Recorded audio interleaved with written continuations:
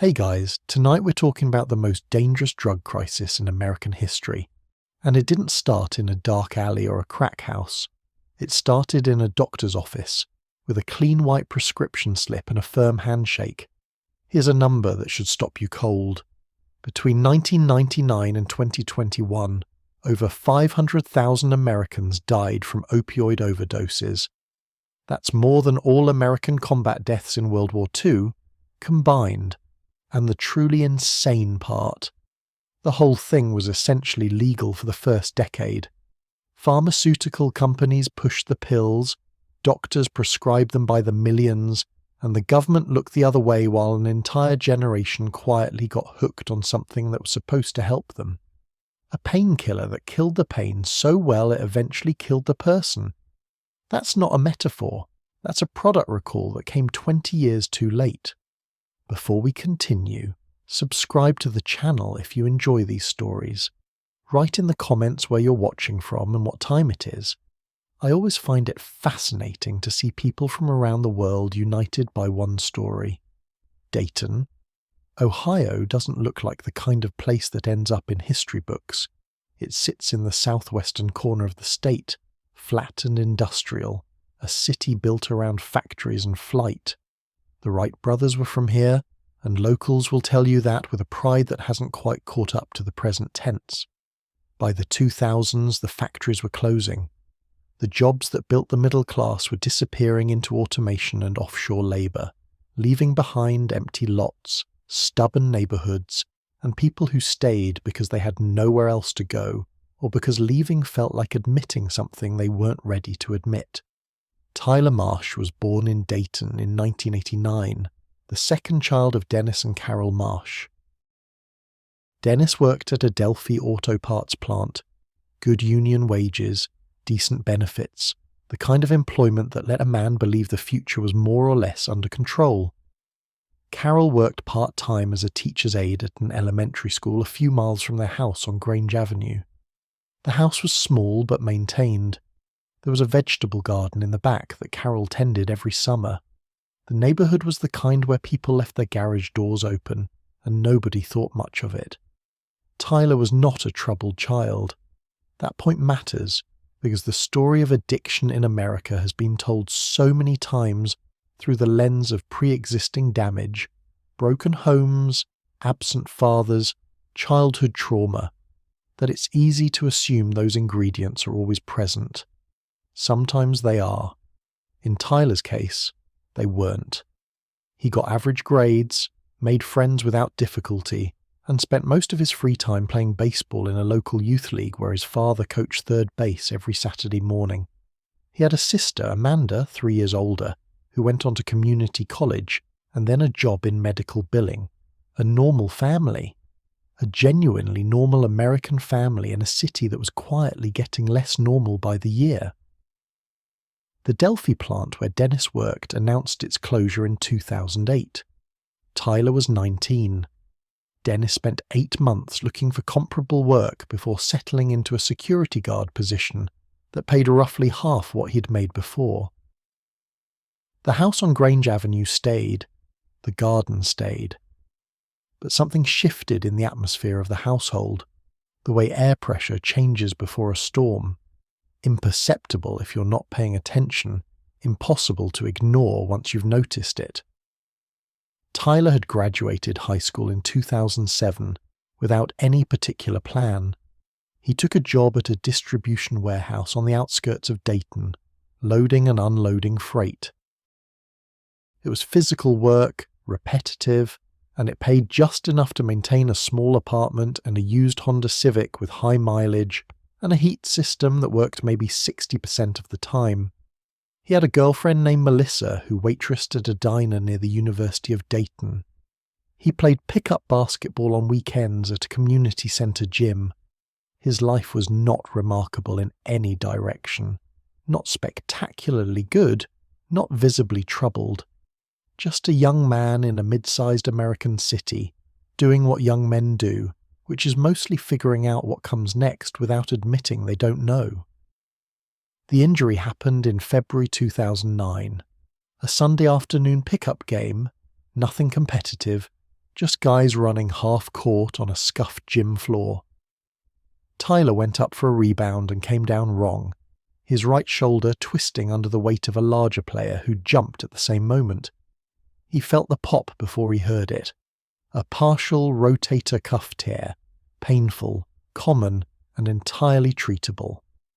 The orthopedic clinic he went to was clean, professional, and staffed by doctors who were, by all accounts, doing their jobs as they understood them at the time.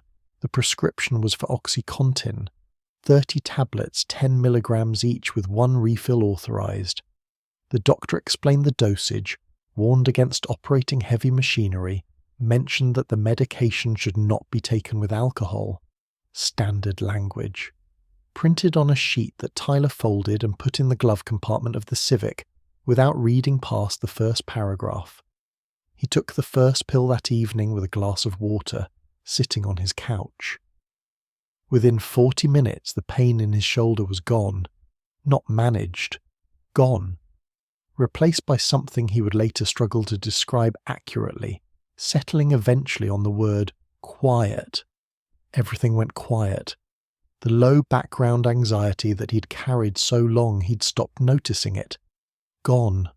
The tension in his body. Gone. The vague, persistent sense that his life was slightly off course, and that time was moving faster than his ability to course correct. Gone. For the first time in what felt like years, Tyler Marsh felt completely fine. That feeling is important to understand because it's not about weakness or stupidity or moral failure. OxyContin, like all opioids, works by binding to receptors in the brain that regulate pain and reward. It doesn't just kill physical pain, it temporarily resolves the neurological experience of distress in nearly all its forms. For someone carrying anxiety, uncertainty, the slow economic pressure of a family losing ground, the pill didn't just treat a shoulder, it treated everything. And the brain, which is an organ optimized for survival and pattern recognition, noticed. It catalogued the feeling.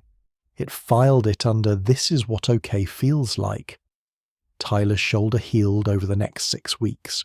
The prescription ran its course. And then, for reasons he couldn't fully articulate at the time, the absence of the pills felt worse than the original injury had. He went back to the doctor, complaining of residual pain. The doctor refilled the prescription. This was not unusual in 2009. It was in fact completely routine. Purdue Pharma, the manufacturer of OxyContin, had spent the previous decade aggressively marketing the drug to primary care physicians across America, claiming it was less addictive than other opioids because of its extended-release formula. That claim was, to put it delicately, not supported by the evidence. But the evidence took years to accumulate, and by the time it did, millions of people were already dependent. The FDA had approved the drug. Doctors had been told it was safe. Insurance covered it. Everyone in the chain had been told what they wanted to hear. Tyler didn't know any of that. He knew the pills worked. He knew the refill was easy to get. He knew that the second bottle felt like relief, and that the absence of the second bottle felt like something he wasn't sure he could manage. By the end of 2009, he was taking 4 pills a day instead of 2. By the spring of 2010, he was taking 6. His tolerance was building in the way that opioid tolerance always builds, steadily, incrementally, like a debt that compounds interest without sending statements. Each increase brought him back to baseline. Each baseline became the new floor. He wasn't getting high exactly. He was staying functional. That distinction felt important to him at the time. It would stop feeling important later. Melissa noticed changes before Tyler acknowledged them. He was sleeping more. He was less interested in the basketball games, in going out, in the small social architecture of a shared life. When she raised it, he had reasonable explanations.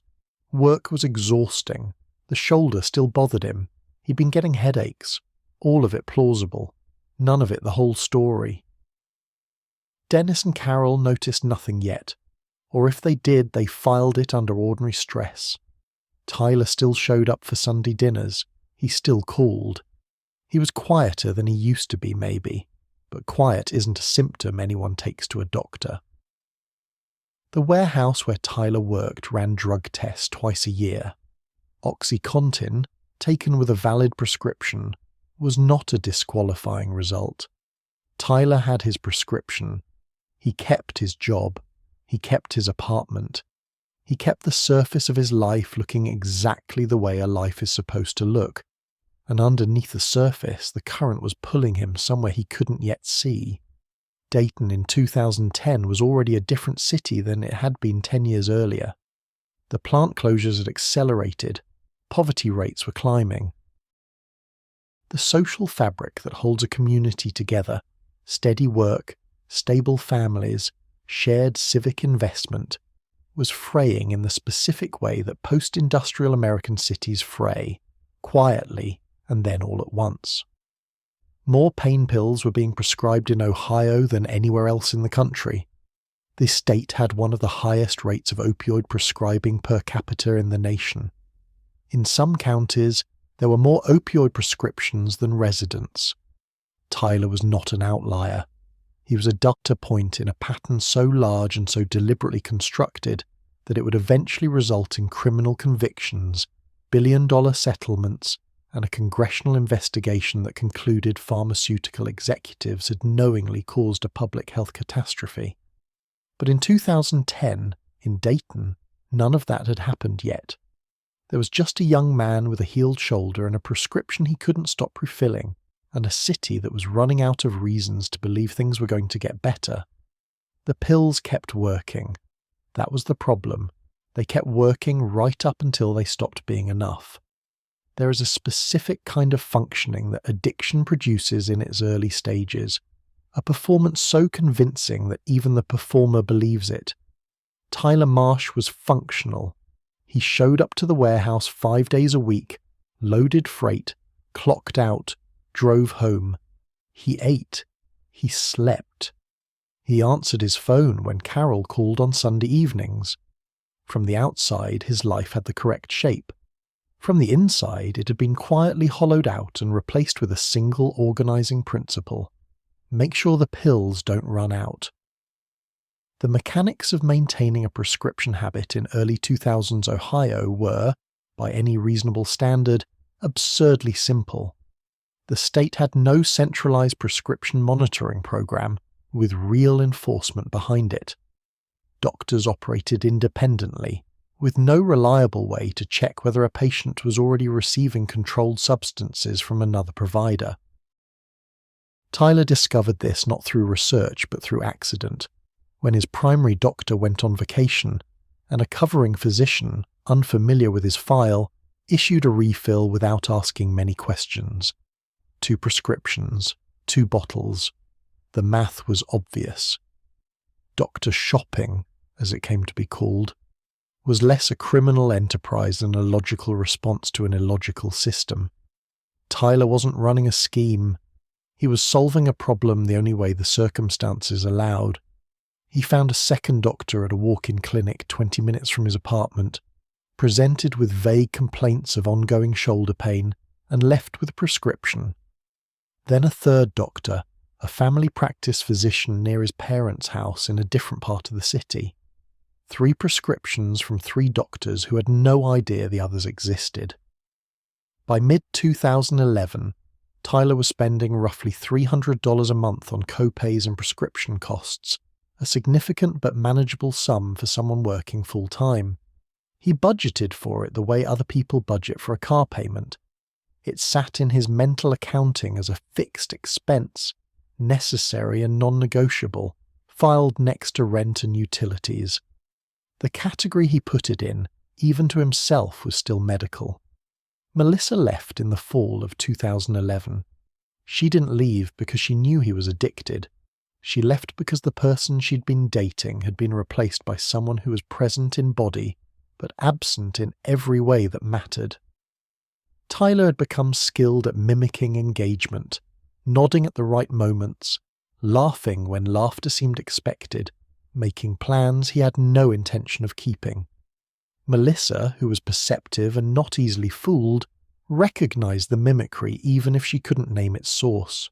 She moved out on a Saturday while Tyler was at work.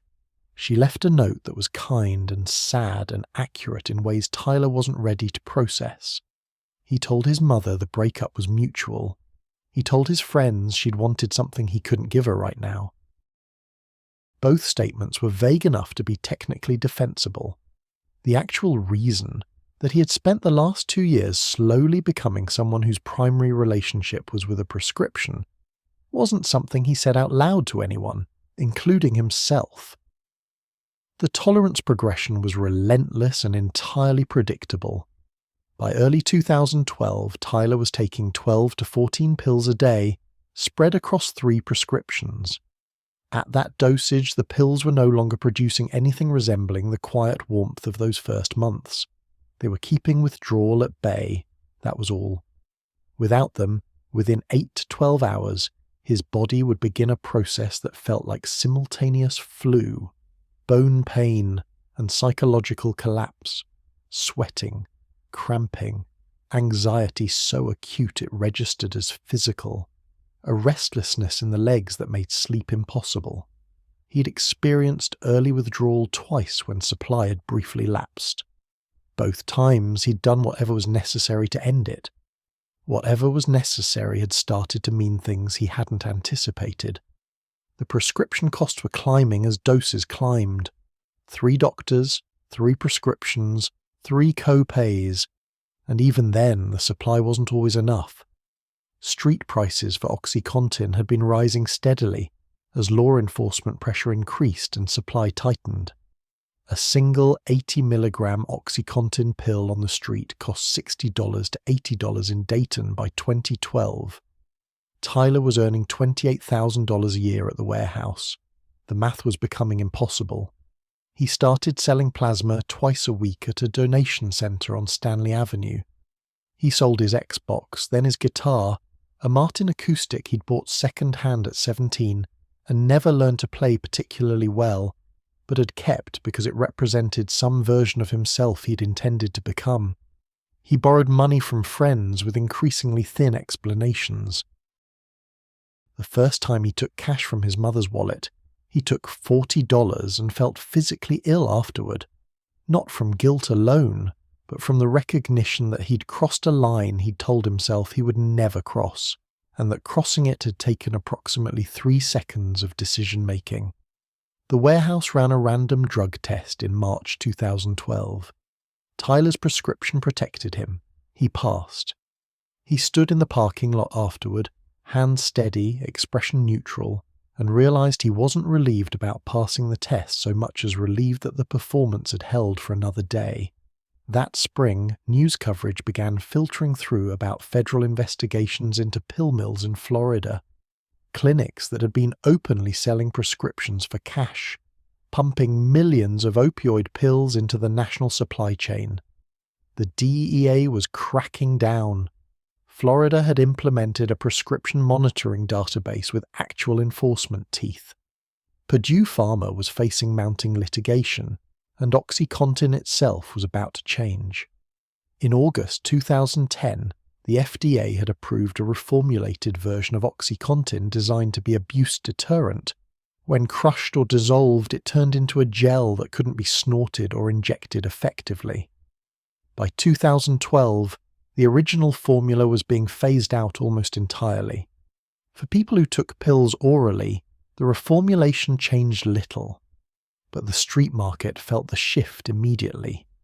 The old pills, the ones that could be manipulated for faster, more intense delivery, became collector's items almost overnight, their price spiking before the supply dried up completely. The message from the market was clear. The era of the prescription pill as the primary vehicle for opioid addiction was ending. Tyler watched the price of street OxyContin climb past $80 per pill and knew, with the cold clarity of someone running financial calculations in a crisis, that what he'd been doing was no longer sustainable. He was spending more money than he made. He was running out of things to sell and people to borrow from. His body required a certain amount of opioid every day just to remain vertical and functional, and the vehicle that had been delivering that opioid was becoming too expensive to run. His friend Danny Kowalski had made the switch 3 months earlier. Danny was 24, heavy-set, funny in the aggressive way of someone who'd grown up in a house where humor was the primary defense mechanism. He and Tyler had known each other since high school, had worked at the same warehouse for 2 years, had played on the same pickup basketball teams. Danny didn't look like the before and after photo in an anti-drug campaign. He looked like a guy you'd have a beer with, which was what made the conversation easier than it should have been. Danny explained the economics simply and without drama. 1 bag of heroin cost $10. It was stronger than anything Tyler had been taking, delivered faster, lasted longer per dollar than any pill on the market. The cartels pushing supply through Columbus into Dayton had flooded the market with product to a degree that had driven prices to historic lows. It was, in the grimly absurd logic of addiction economics, a buyer's market. Tyler told himself he was just going to try it once to manage the withdrawal while he figured out a better plan. His brain, which had been running on opioids for 3 years and was now structurally dependent on them, accepted this explanation without resistance. The part of the brain that evaluates long-term consequences had been steadily losing ground to the part that processes immediate need.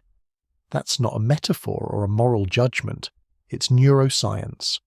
The prefrontal cortex, the seat of planning and impulse control, is physically compromised by long-term opioid use. Tyler was not making a free choice. He was making the only choice his remodeled brain could generate. He tried heroin for the first time on a Thursday evening in November 2012 in Danny's apartment on the east side of Dayton. He was 23 years old. He had been opioid dependent for 3 years. He had a job, a car, a family who still believed the surface of his life matched its interior. None of those things would survive the next 12 months intact. The first thing Tyler noticed was the speed. Pills climbed gradually, a slow tide coming in. Heroin hit like a wall. Within seconds of that first use, the warmth that OxyContin had once produced over 40 minutes arrived all at once, total and overwhelming, a full body erasure of everything that had been accumulating for years. The shoulder, the money, the empty apartment, Melissa's note, his father's face the day the plant closed. All of it dissolved simultaneously without negotiation. That speed was the trap, and it was perfectly designed. The brain doesn't distinguish between a pill and a needle when it catalogues reward. It registers intensity and immediacy. The faster and stronger the hit, the more aggressively the brain reclassifies the substance as essential. 3 years on, OxyContin had already rewired Tyler's reward circuitry substantially. Heroin didn't rewire what remained.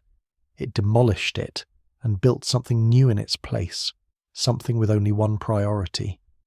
He used with Danny that first night and told himself it was a one-time solution to a temporary problem. The next day, the withdrawal that had been building from his depleted pill supply was gone. Completely. His body felt normal, which by this point meant opioid saturated. He went to work. He loaded freight. He came home. The following evening, when the withdrawal began creeping back, he called Danny.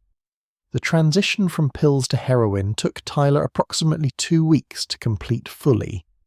2 weeks to abandon a 3-year pharmaceutical habit for something that cost 1/8 the price and hit 8 times as hard. In retrospect, and in the data, this transition was happening across Ohio simultaneously.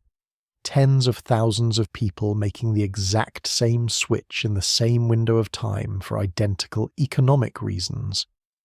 Public health researchers would later describe it as one of the most rapid and catastrophic shifts in drug use patterns ever recorded in American history.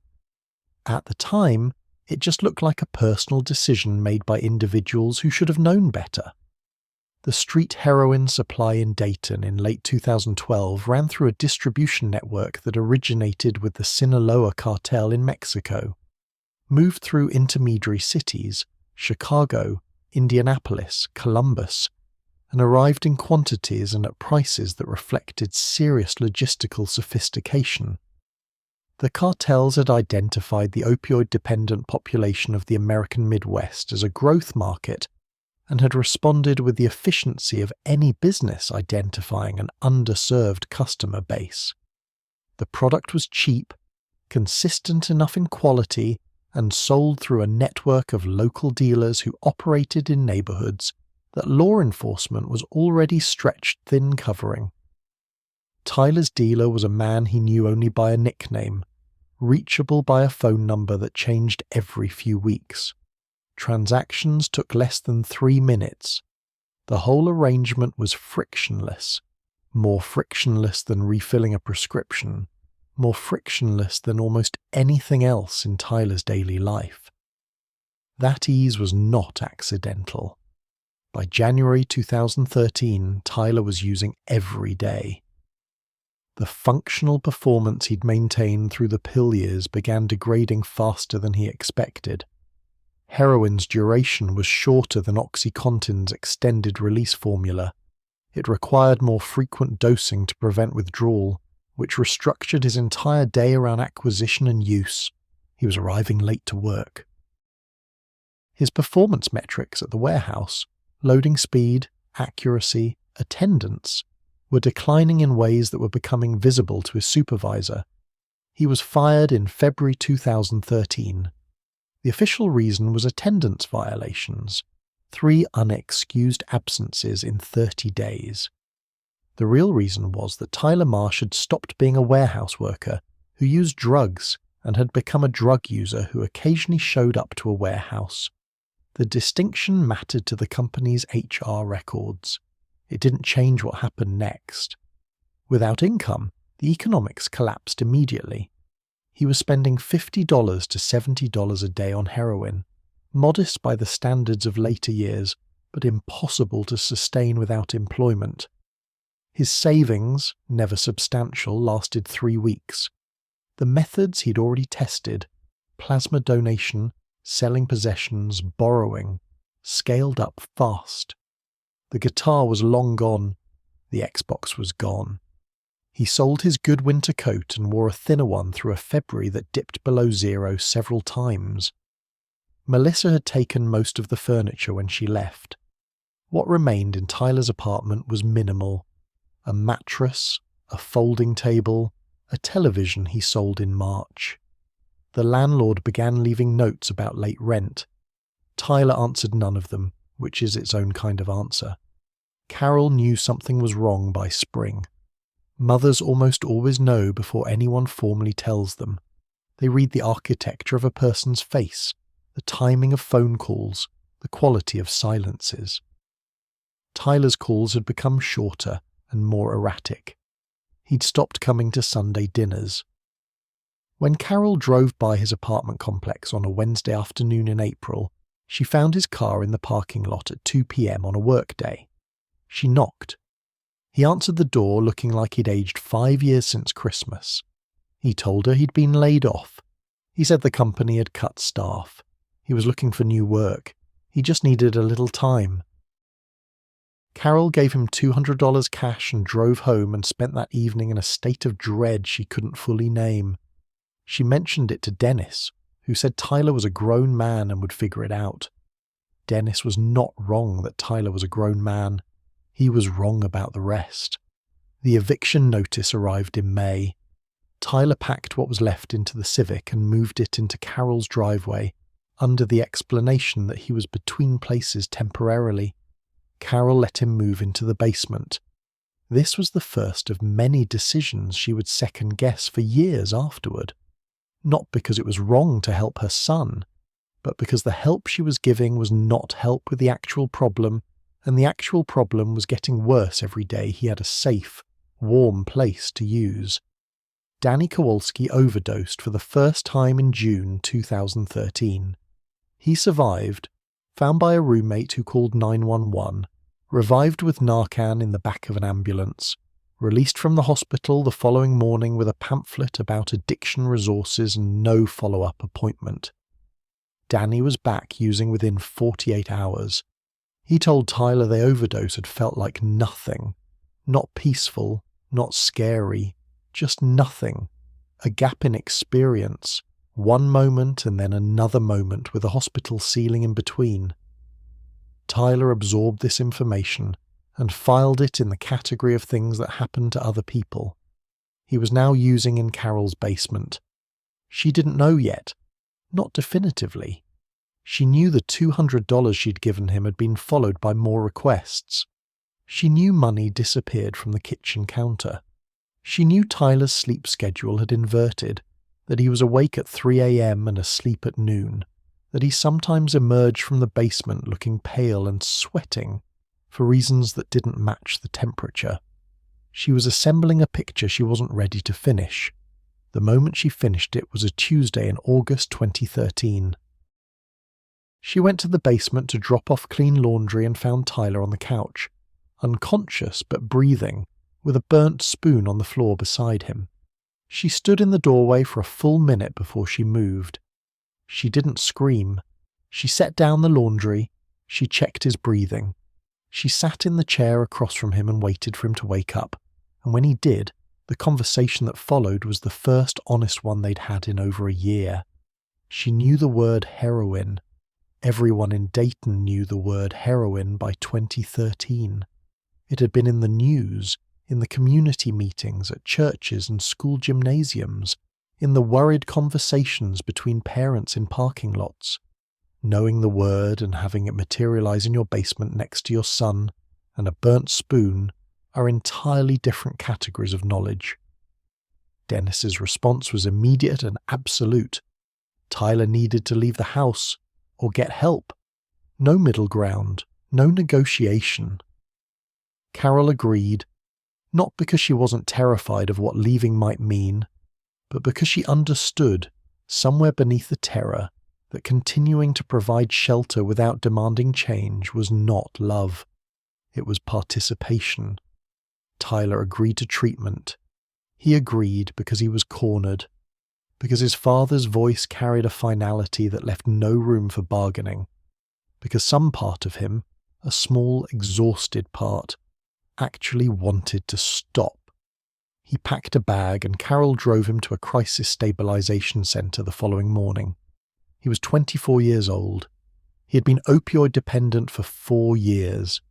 He sat in the intake waiting room in a plastic chair under fluorescent lighting, sweating through his shirt as the withdrawal began its familiar march through his nervous system, and looked at the other people in the room, men and women of various ages and backgrounds, all there for versions of the same reason, and felt for the first time something he couldn't quite categorize. Not hope, exactly, not relief. Something closer to the recognition that he was no longer pretending, and that the pretending had been the heaviest thing he'd been carrying. That feeling wouldn't last, but it was real while it was there. The Crisis Stabilization Center kept Tyler for 5 days. 5 days of medical detox, clonidine for the blood pressure spikes, Imodium for the cramping, Benadryl for the sleep that came in shallow, broken fragments.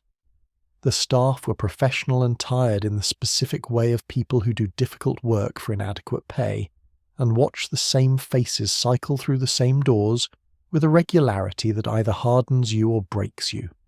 Tyler was processed, stabilized, and referred to a 28-day residential program across town.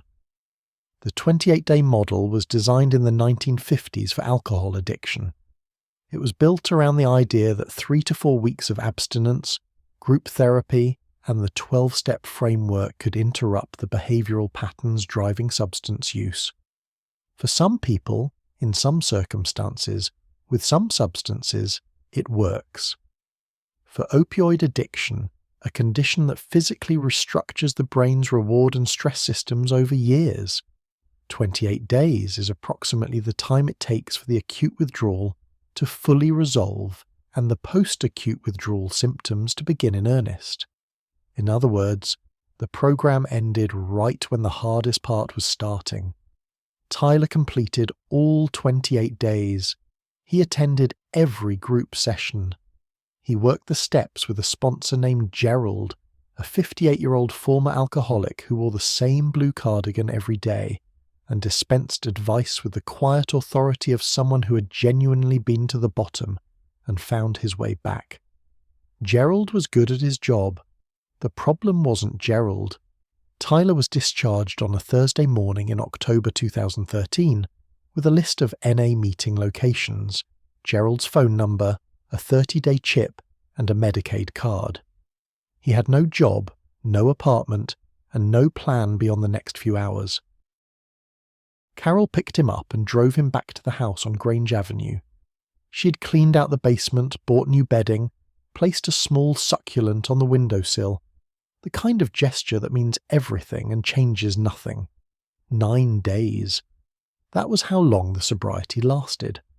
The relapse happened without drama or decision, which is the thing about relapse that people who haven't experienced opioid addiction find hardest to understand.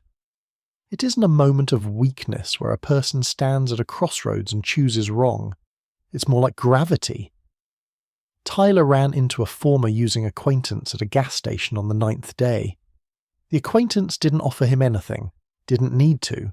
The proximity, the knowledge that supply was one phone call away, the sudden flooding of craving that contact with the old world triggered, did the work. Tyler drove to a parking lot, sat for 40 minutes, called the number, and was using again before the afternoon was over. He didn't tell Carol for 3 days. When she found out, the signs were unmistakable by now. She'd learned to read them. The look on her face was something Tyler would carry for years. Not anger. Anger would have been easier. It was the specific expression of someone watching a prediction come true that they had desperately hoped would be wrong. The cycle that followed over the next 2 years had a mechanical quality, a repetitive, exhausting loop that consumed enormous amounts of money, energy, and institutional resources while producing almost no lasting change. Rehab in January 2014, paid for by Medicaid. Discharge in February. Relapse in February. A second program in the spring. Shorter, outpatient this time, less effective, completed while Tyler was actively using on the side. His attendance at NA meetings was inconsistent. His relationship with Gerald frayed and eventually ended when Tyler stopped returning calls. The criminal record began assembling itself in 2014. Shoplifting first, a crude, desperate grab at a CVS that Tyler executed so poorly the security guard was watching him before he even reached the door. The charge was a misdemeanor, the sentence a fine and community service. Then a second shoplifting charge 6 months later. Then, in March 2015, a possession charge, a small amount of heroin found during a traffic stop on a 75, where Tyler had been pulled over for a broken tail light at midnight. The officer found the bag in the center console in under 2 minutes. Each charge added weight. Each court appearance cost money in fines and fees that Tyler didn't have, and Carol sometimes covered and sometimes didn't. The public defender who handled his possession case was competent but overworked, carrying a caseload that allowed approximately 40 minutes of preparation per client. Tyler received a suspended sentence and mandatory drug counseling. The counseling sessions were held in a church basement on Tuesday evenings, run by a volunteer with no clinical training. Tyler attended 6 of the required 12 sessions before stopping. The stealing from Carol had become systematic by now. Not impulsive grabs at loose cash, but planned extraction. Jewellery from her dresser drawer, a set of silverware that had belonged to her mother, a portable DVD player from the closet. Carol discovered the missing silverware in January 2015, and confronted Tyler with a directness that had replaced her earlier devastation. She'd been attending Al-Anon meetings for 6 months by then, slowly acquiring the language and framework of a family member living alongside addiction. She told him he needed to leave. Tyler moved into his car. The Civic, which had 180,000 miles on it and a transmission that slipped between second and third gear, became his residence for the better part of 3 months. He slept in parking lots, a Walmart on Wilmington Pike that was open 24 hours and maintained a laissez-faire policy toward overnight vehicles, a church parking lot on Sundays that nobody seemed to monitor, a rest stop on a 70 where he once woke at 5 a.m. to a state trooper knocking on the window who looked at him, asked if he was okay, and drove away when Tyler said yes. Winter in Dayton bottomed out around 10 degrees Fahrenheit that February. Tyler kept the car running for heat and bought gas with money from methods he no longer thought about too carefully. He ate from a Kroger deli counter, the cheapest prepared food, consumed in the driver's seat. He used in the car, in gas station bathrooms, in the stairwells of parking garages. The world had contracted to a daily radius of a few miles and a daily agenda with exactly one item. The overdose in March 2015 happened in the bathroom of a Wendy's on Salem Avenue. Tyler had scored a bag that morning, slightly larger than usual. The dealer had been generous or perhaps miscalculated, and used in the bathroom stall around noon. The heroin hit harder than expected. His breathing slowed. His body slid sideways against the partition. He was unconscious and turning blue when another customer knocked on the stall, got no response, got the manager, got 911. The paramedics arrived in 6 minutes. 1 dose of Narcan, naloxone, an opioid antagonist that reverses overdose by blocking the receptors, brought Tyler back within 90 seconds. He woke up on the bathroom floor with 2 paramedics and a manager standing over him, completely disoriented, his body thrown into immediate precipitated withdrawal by the Narcan, which was its own kind of violence. He was transported to Miami Valley Hospital, kept for 4 hours, given a pamphlet, and discharged. He was back in the Civic by evening. The pamphlet went into the glove compartment. What the overdose actually did, beyond the mechanics of near-death and revival, was reveal to Tyler a fact about his own situation that he had been successfully avoiding for 2 years. He was no longer managing anything. The performance of management, the ongoing pretense that this was a situation under some form of control, had become impossible to maintain even internally. He had nearly died in a fast food bathroom on a Tuesday afternoon. Nobody who has their life together nearly dies in a fast food bathroom on a Tuesday afternoon. He called Carol from the hospital. She answered on the second ring. She'd been carrying her phone on loud for over a year, conditioned by experience to treat a middle-of-the-night call as a realistic possibility. She came to the hospital, sat with him for 2 hours, and took him back to the house on Grange Avenue without making it a permanent arrangement. 1 night, a shower, a meal.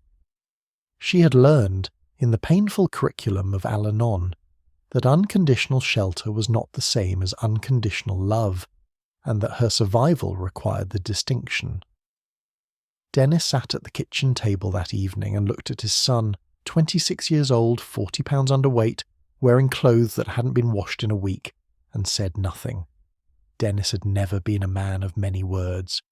He poured 2 glasses of water and pushed one across the table, and that was the full extent of what he had left to offer a situation that had long since exceeded anything his generation's emotional vocabulary could address. Tyler ate. He slept in his old bedroom for 1 night. In the morning he drove away in the Civic, which started on the 3rd attempt, and headed back toward the part of the city where the phone numbers were. The supply was changing.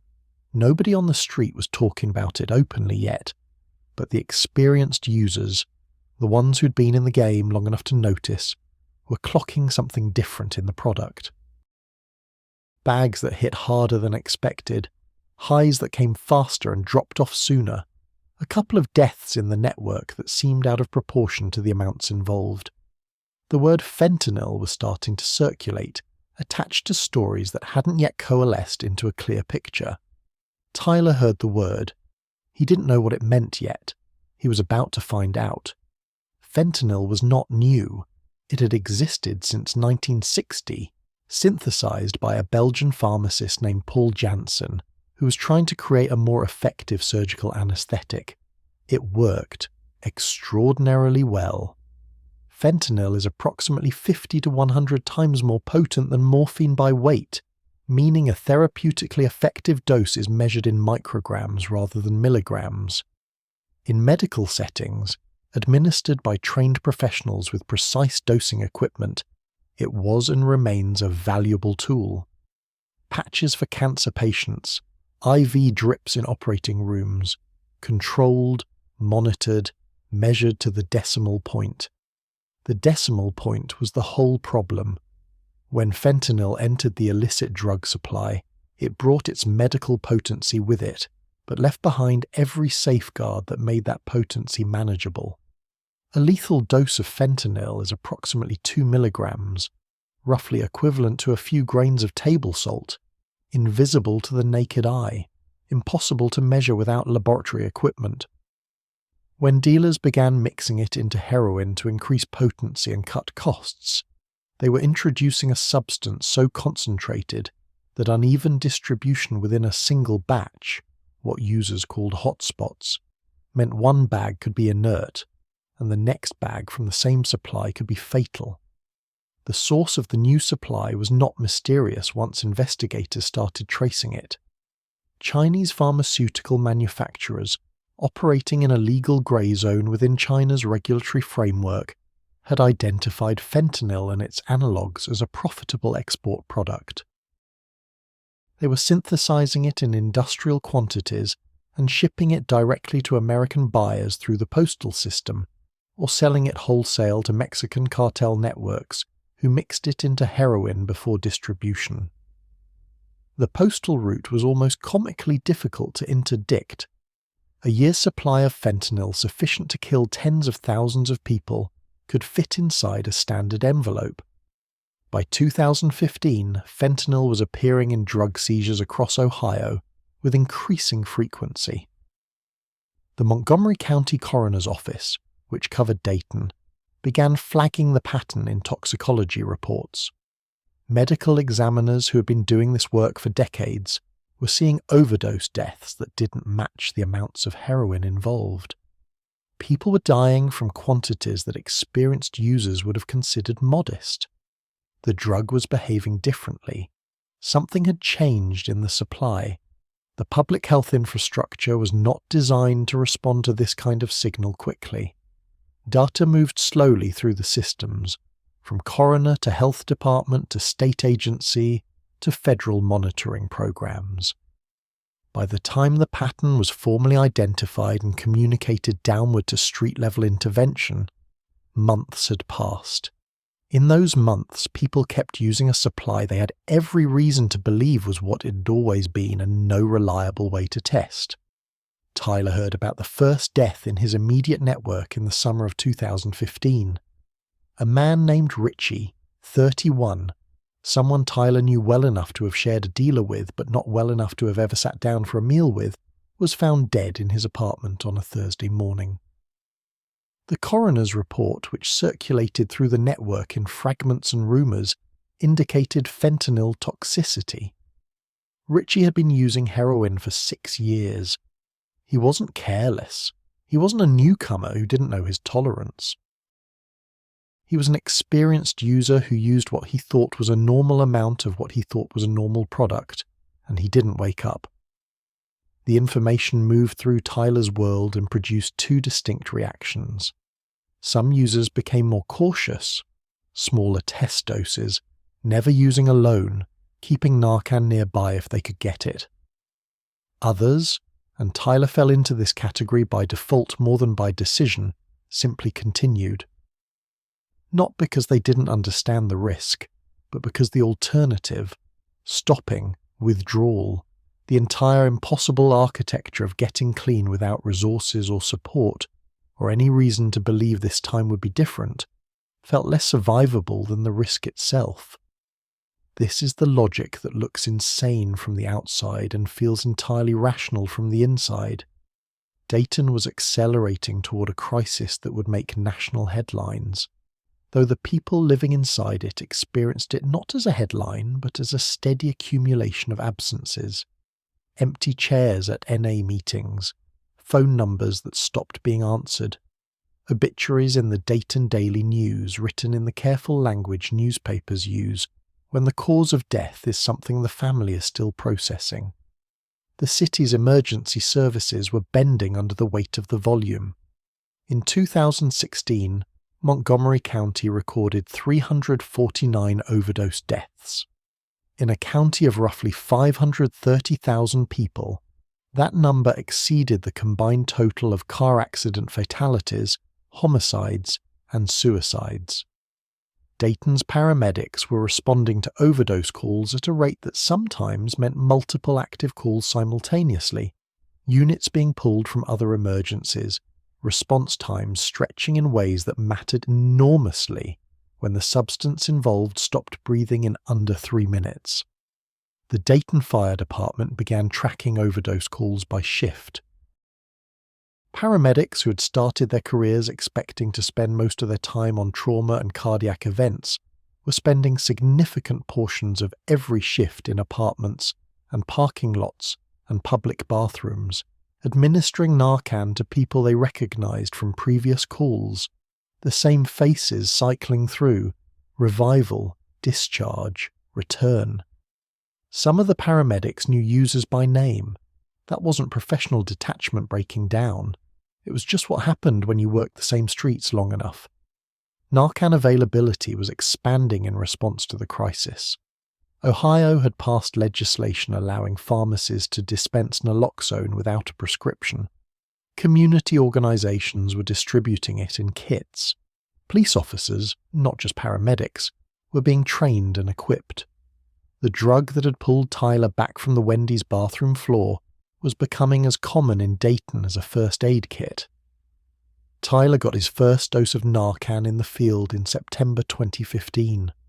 He had used in a parking garage stairwell and was found by another user who recognized the signs and called 911. He woke up in withdrawal, disoriented, furious in the specific way that Narcan reversal produces. The medication doesn't just reverse the overdose, it strips every opioid molecule off every receptor simultaneously, throwing the body into instant acute withdrawal. The rage and confusion of that awakening were physiological as much as psychological. By early 2016, Tyler had been revived twice. He was 26 years old, living between the Civic and occasional stays at a homeless shelter on 3rd Street that required sobriety to access. A requirement he met on a technicality some nights, by timing his use carefully enough to pass the brief intake assessment. The shelter had 80 beds. It was at capacity every night. The drug supply was shifting in real time beneath the feet of everyone using it. Dealers were, in many cases, as unaware of the fentanyl content of their product as the users were. The contamination came from higher up the supply chain, built into the product before it reached street level. A dealer who had been selling the same product for years suddenly had something categorically different in their hands without necessarily knowing it. The market had no labeling requirement, no quality control, no consumer protection infrastructure of any kind. Some dealers started advertising fentanyl content as a selling point, stronger product commanding a premium price among users chasing a higher tolerance. This market dynamic was its own catastrophe, rewarding the most dangerous product with the highest demand, creating an incentive structure that pushed the supply toward maximum potency regardless of the body count. Tyler scored a bag in November 2015 from a new dealer. His regular contact had been arrested, a disruption that forced him to a less familiar source. The bag looked identical to everything he'd been buying for 2 years. A small glassine envelope, the same approximate weight, the same off-white powder. He used his regular amount. The hit came in at twice the expected intensity, and he had just enough awareness to understand something was wrong before he lost consciousness. He woke up on the floor of the room he'd been using in a vacant apartment that a loose network of users had access to through a broken lock, with a stranger he vaguely recognized standing over him, empty Narcan nasal spray in hand. He had no memory of the 30 minutes between using and waking. His body was in immediate violent withdrawal, his skin drenched, his muscles cramping. He lay on the floor for 10 minutes before he could sit up. The stranger who had saved him was a woman named Pam, mid-30s, who had been using in the same building that afternoon. She'd recognized the stillness, checked his breathing, found the Narcan kit in her bag. She carried it because she'd already lost 2 friends that year, and used it without hesitation. Pam had no medical training. She'd learned to administer Narcan from a 15-minute community session at a library. Tyler didn't know Pam's last name. He never saw her again after that afternoon. The near miss changed his behaviour for approximately 2 weeks. Smaller amounts, more caution, genuine fear operating as a temporary break. Then the caution eroded the way it always did, ground down by the relentless physical need that didn't negotiate with fear. By December 2015, he was back to his previous patterns, using the same amounts from sources whose product he had no way to evaluate. The city around him was recording its worst overdose numbers in history, and the numbers for the following year would be worse still. Somewhere in a laboratory in Hebei province, China, chemists were already synthesizing the next generation of fentanyl analogues: carfentanil, acetylfentanyl, furanylfentanyl, each one more potent and more difficult to reverse than the last. Carfentanil, synthesized for use as a large animal tranquilizer, is approximately 10,000 times more potent than morphine and 100 times more potent than fentanyl itself. It had no legitimate human medical application. It was beginning to appear in American drug seizures. It was heading toward Dayton. Everything was heading toward Dayton. The Montgomery County Jail sat on West 3rd Street in downtown Dayton, a concrete structure that processed thousands of inmates annually and had been built for a different era's criminal population. By 2016, a significant portion of its intake was opioid addicted.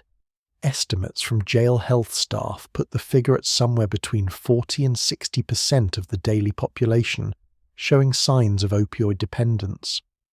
The facility had one part-time physician covering medical needs. It had no medication-assisted treatment program. When opioid-dependent inmates arrived, they withdrew. That was the treatment. Time and suffering, administered involuntarily. Tyler was arrested in January 2016 on a possession charge, his second, after a patrol officer found him nodding in the Civic in a church parking lot at 2 a.m. and discovered a small amount of heroin in his jacket pocket during the subsequent search. The charge carried a potential sentence of 6 to 18 months. His public defender, a different one this time, younger, with the exhausted idealism of someone 2 years out of law school, negotiated it down to 60 days with credit for time served and mandatory treatment upon release. The 60 days in Montgomery County Jail were not treatment, they were incapacitation. Tyler withdrew in a holding cell over the first 4 days, vomiting, cramping, unable to sleep, watched by corrections officers who had seen it hundreds of times and were neither cruel nor particularly sympathetic, simply indifferent in the professional way of people whose job is custody, not care. After the acute withdrawal passed, he was moved to general population and spent the remaining weeks in a routine of meals, television, and the specific boredom of institutional confinement. There was an AA meeting on Thursday evenings run by a volunteer from a church in Oakwood. Tyler attended twice. The meeting was designed for alcohol addiction, led by a man whose story, a career derailed by a drinking problem in the 1980s, had nothing structurally in common with what Tyler was living. The advice was sincere and irrelevant in equal measure. No one at the jail offered Suboxone, methadone, or any form of medication-assisted treatment. This was standard practice across most American correctional facilities in 2016, a policy that researchers and addiction medicine specialists have been arguing against for years on the grounds that denying MAT to opioid-dependent inmates increased overdose deaths upon release. The argument was medically sound and politically difficult. Giving opioid medications to jail inmates read poorly in campaign literature. The policy stayed. What the 60 days accomplished physiologically was a reduction in Tyler's opioid tolerance to near zero. His brain, deprived of opioids for 2 months, had begun the long process of receptor normalization. When he was released in March 2016, handed a paper bag with his confiscated belongings, walked to a door, let out into a grey Dayton morning, his body had lost the tolerance that had previously protected him from overdose at street-level doses. He was, in the clinical language of addiction medicine, maximally vulnerable. The research on this was unambiguous. The period immediately following release from incarceration was the highest risk window for fatal overdose in the entire trajectory of opioid addiction. Former inmates returned to the same supply, used the same amounts their pre-incarceration habit had required, and their reduced tolerance meant those amounts were now potentially lethal. Studies had found that recently released inmates were 40 times more likely to die of overdose in the first 2 weeks after release than the general population. 40 times. The jail knew this. The public defender knew this. The court knew this. The mandatory treatment referral Tyler received upon release was a single phone number for an outpatient counseling program that had a 3-week waiting list. He called Carol from a payphone outside the jail. She picked him up. She had brought a change of clothes and a container of the pasta he'd liked since childhood, and she drove him to the house on Grange Avenue and sat across from him while he ate and looked at him with an expression that was equal parts relief and dread, because she understood enough by now to know that the jail had not fixed anything, that the man sitting at her kitchen table was in more danger than he had been 2 months ago, and that the system that had just held him for 60 days had released him with nothing to address the thing that had put him there. Tyler lasted 11 days before he used again. 11 days. Longer than the 9 days after his first rehab. Longer than he'd managed in several cycles. He attended 2 NA meetings. He slept at Carol's house. He called the outpatient program twice and was told each time that the waiting list hadn't moved. On the 11th day, the cravings, which had been building steadily in the way that a tide builds, gradual and then overwhelming, won the argument his depleted prefrontal cortex was no longer equipped to conduct.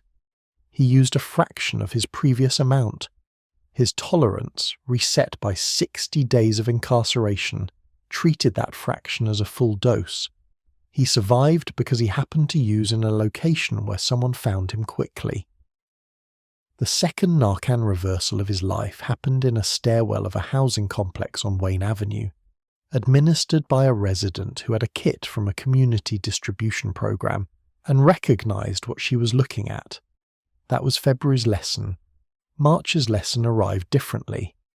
The Dayton Fire Department released internal data in the spring of 2016, showing that its crews had responded to 168 overdose calls in a single month, more than 5 per day, more than at any point in the department's recorded history.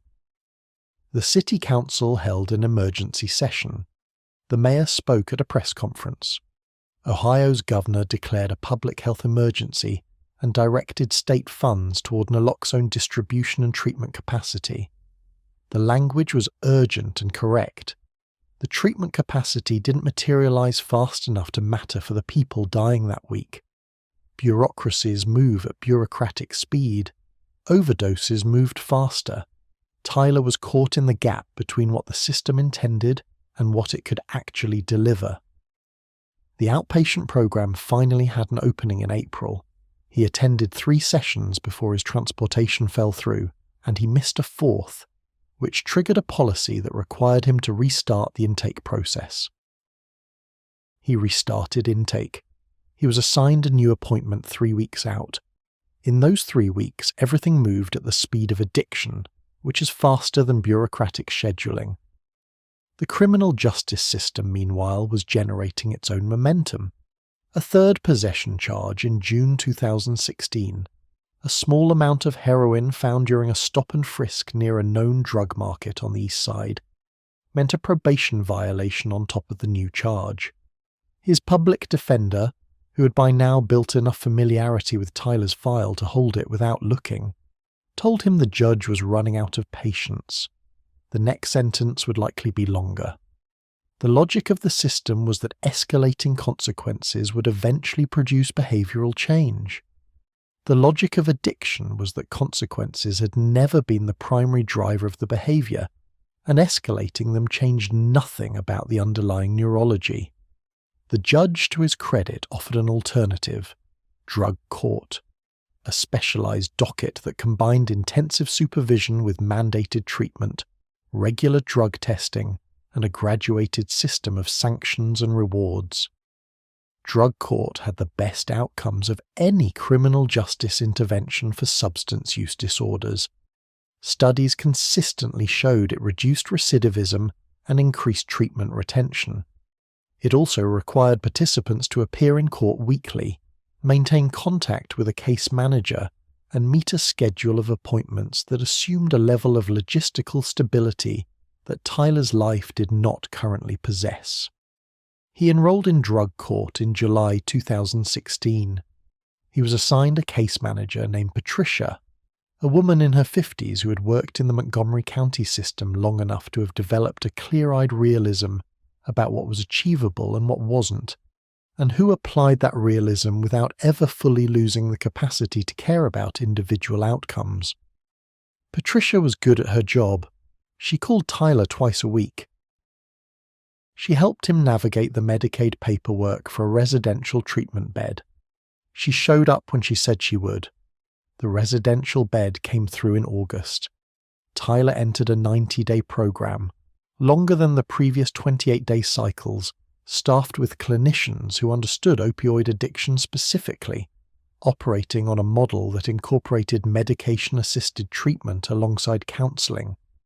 It was, by every measurable standard, better than anything he'd accessed before. He completed 47 of the 90 days before walking out. Not because the program was bad, not because Patricia hadn't done everything she could.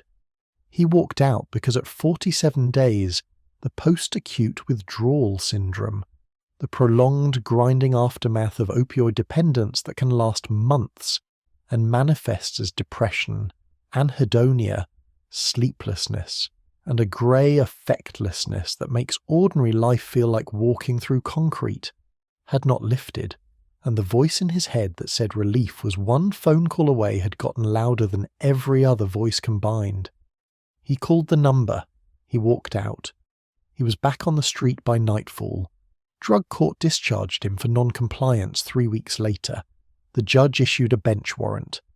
Tyler spent 2 nights in the county jail before a new hearing, where the judge, tired, overloaded, facing a docket of 50 similar cases, sentenced him to time served and released him with a stern warning that the next violation would result in a prison term. Patricia closed his file. She had other clients. The file was thick with attempts and interruptions and phone calls and paperwork and hours of work that had not produced the outcome anyone had wanted. She closed it without ceremony, the way you close something that isn't finished but has reached the limit of what's currently possible. Outside the courthouse on a Wednesday afternoon in October 2016, Tyler Marsh stood on the sidewalk in a city that had recorded 174 overdose deaths in the first 9 months of the year and was on pace to shatter every previous record. He had been opioid dependent for 7 years. He had been through 5 treatment attempts, 2 jails, 1 drug court, and 3 Narcan reversals. He was 27 years old. He stood on the sidewalk for a while, then he walked to where he needed to go. Tyler Marsh had not signed up for any of this. That sounds obvious, but it needs saying, because the stories told about addiction tend to orbit the addict so completely that the people in the surrounding atmosphere, the ones absorbing the gravitational damage without being the centre of it, become supporting characters in someone else's story. Carol was not a supporting character.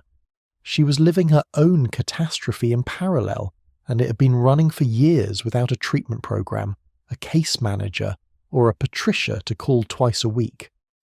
She had found her first Al-Anon meeting in the fall of 2013, 2 months after the basement discovery.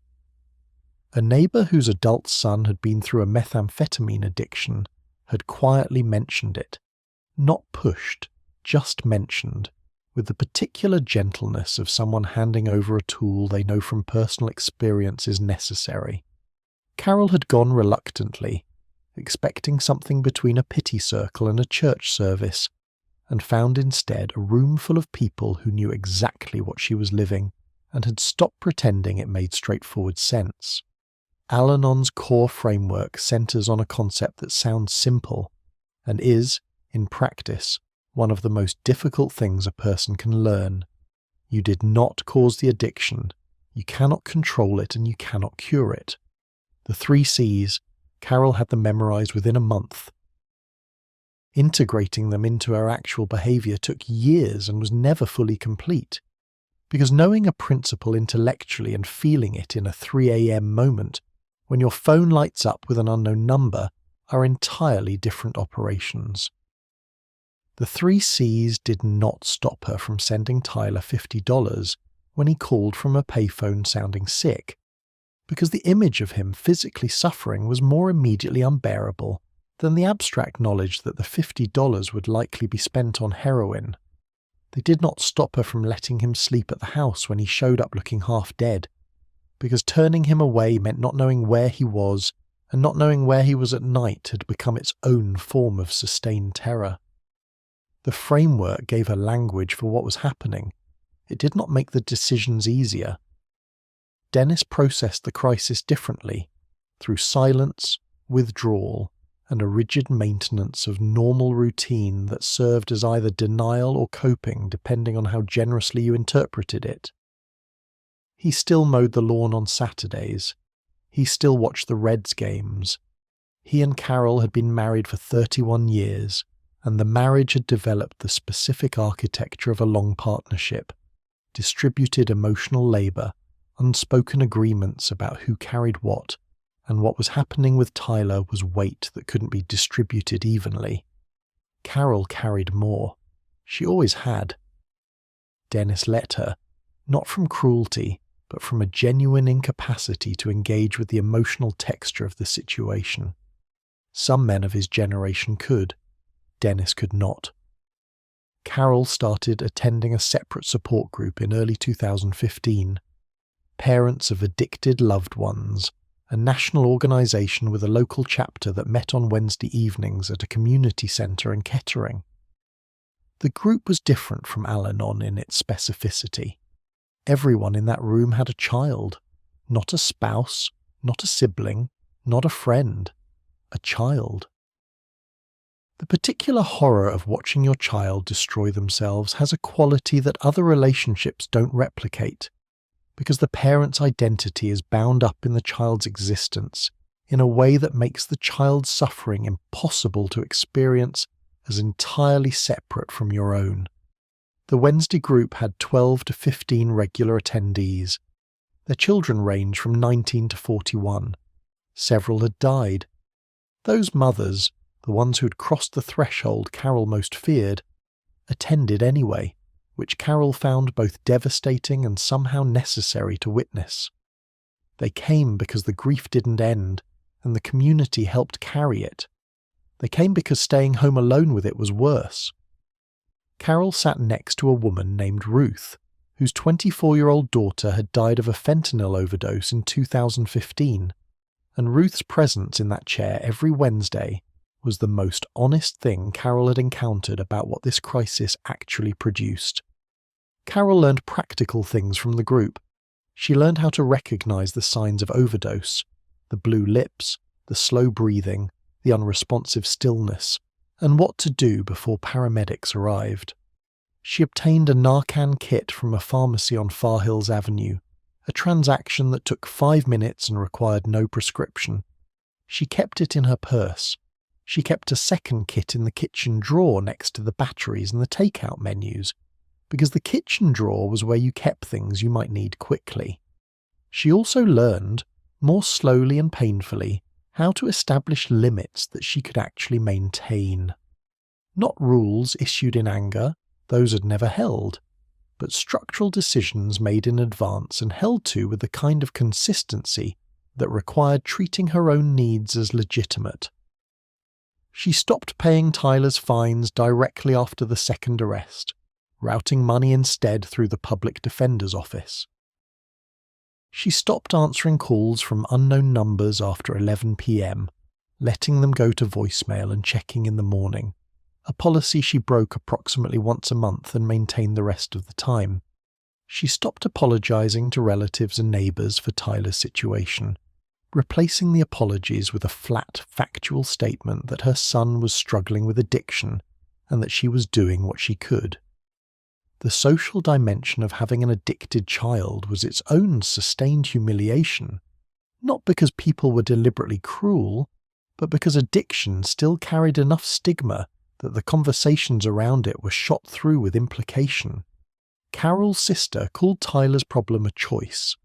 A former friend mentioned something about the kind of environment children were raised in. A cousin at a family Christmas used the word junkie in a casual sentence, and then looked at Carol and had the grace to look ashamed. Carol developed a look, not aggressive, not tearful, just a flat, exhausted steadiness that she deployed in these moments, and that effectively ended the conversation without requiring her to speak. Amanda, Tyler's sister, had moved to Columbus in 2012 for a job in healthcare administration. She called Carol twice a week and visited monthly, and she and Carol had developed a partnership around Tyler's situation that was practical and honest, and entirely separate from the emotional processing each was doing individually. Amanda researched treatment options. She tracked wait lists. She spoke to addiction specialists on the phone and relayed information to Carol in the direct, efficient way of someone who had decided that information was the only form of control available. She never blamed Tyler in Carol's presence, though Carol suspected she had more complicated feelings she kept private out of protectiveness.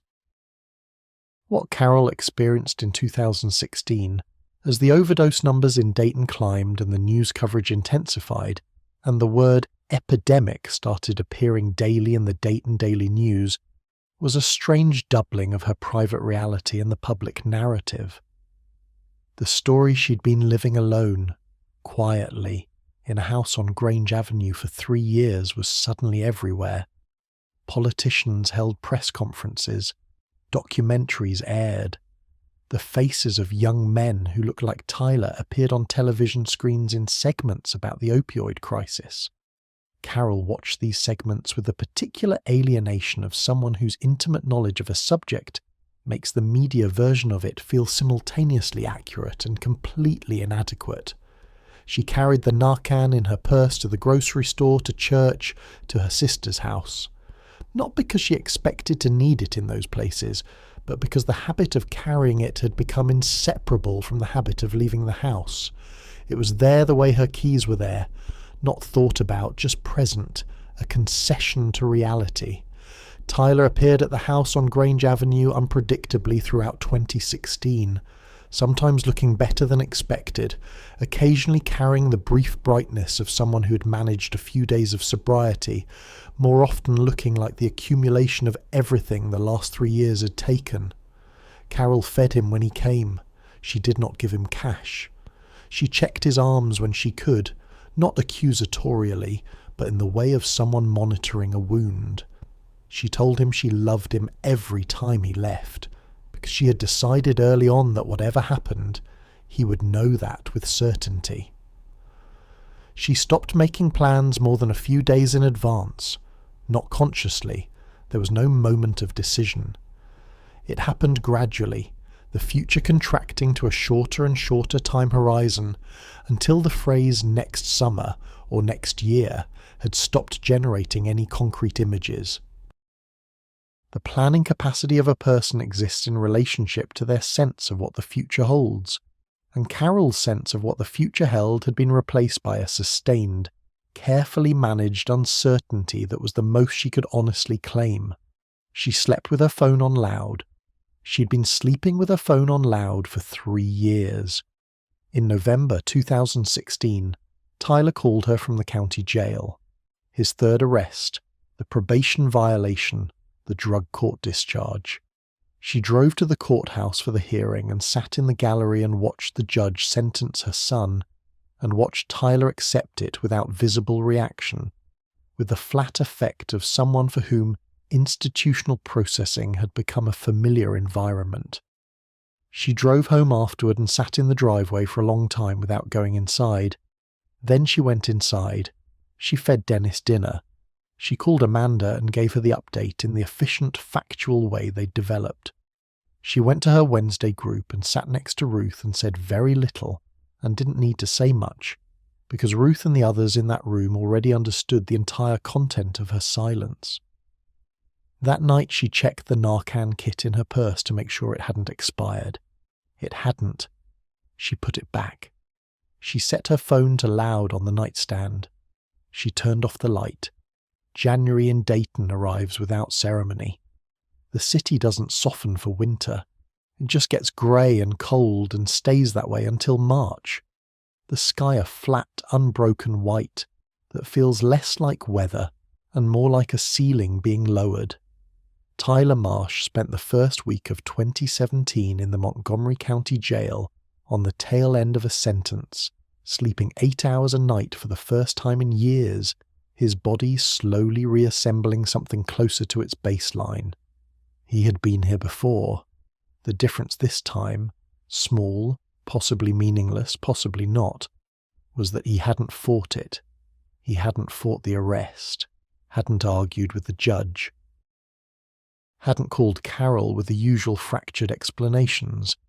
He had sat in the processing room with the particular stillness of someone who has run out of a specific kind of energy. Not physical energy, but the energy required to maintain the performance of someone who has things under control. That energy was gone.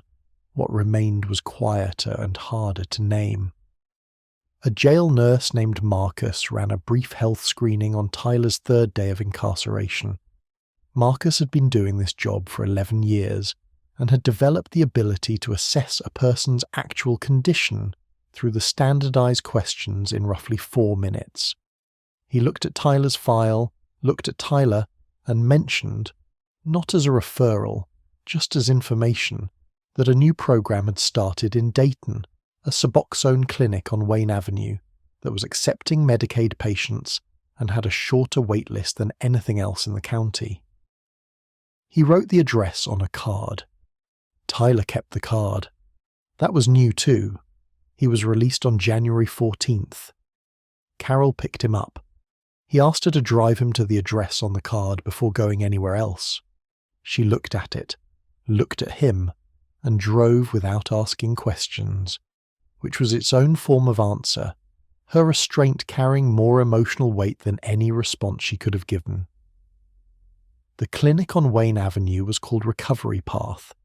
It occupied a converted storefront between a tax preparation office and a laundromat, the kind of location that announces nothing about what happens inside. The waiting room held 8 chairs, a television playing local news on mute, and a fish tank that someone maintained with evident care. The fish were healthy, the water clear, the small detail of that tank somehow more reassuring than any signage on the wall. Tyler sat down. He filled out the intake forms. He waited.